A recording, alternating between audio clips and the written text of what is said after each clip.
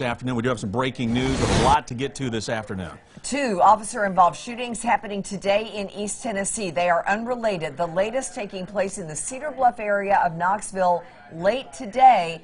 The first one happening early this morning in Sevierville. Yeah, that first shooting starting when an officer tried to stop a driver suspected of a DUI. The driver refusing to stop and then taking officers on a chase through Pigeon Forge and into the Sevierville city limits. The second shooting happening, as we said, near Cedar Bluff Road, where officers with the Knox County Sheriff's Office were trying to serve a number of felony warrants on a suspect at the Kroger there.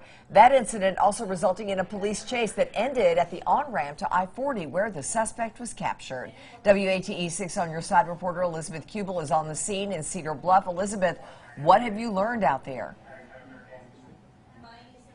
Hi, Lori. Well, we are at the Kroger that you just mentioned on Cedar Bluff. As you can see here behind me, this is where the scene happened. As you can tell now, not really an active police presence here at the moment, but earlier today, there certainly was one. Lots of crime scene tape here, dozens of officers on the scene. I know we have some video of that if we can show that to you at this moment. What we do know, though, is that a KCSO officer was attempting to arrest a suspect with multiple felony warrants, and that's when things escalated. The suspect ramming the officer's cruiser and pinning that officer between the two vehicles there.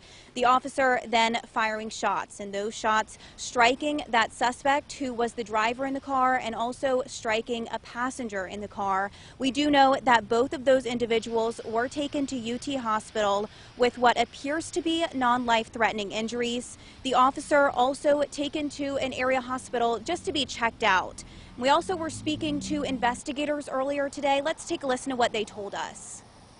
It obviously affects everyone, and we don't want the citizens to be concerned. This wasn't random. They were trying to serve multiple felony warrants, so this was something that was kind of isolated. And as far as morale, I think everybody just has to pull together and get the job done.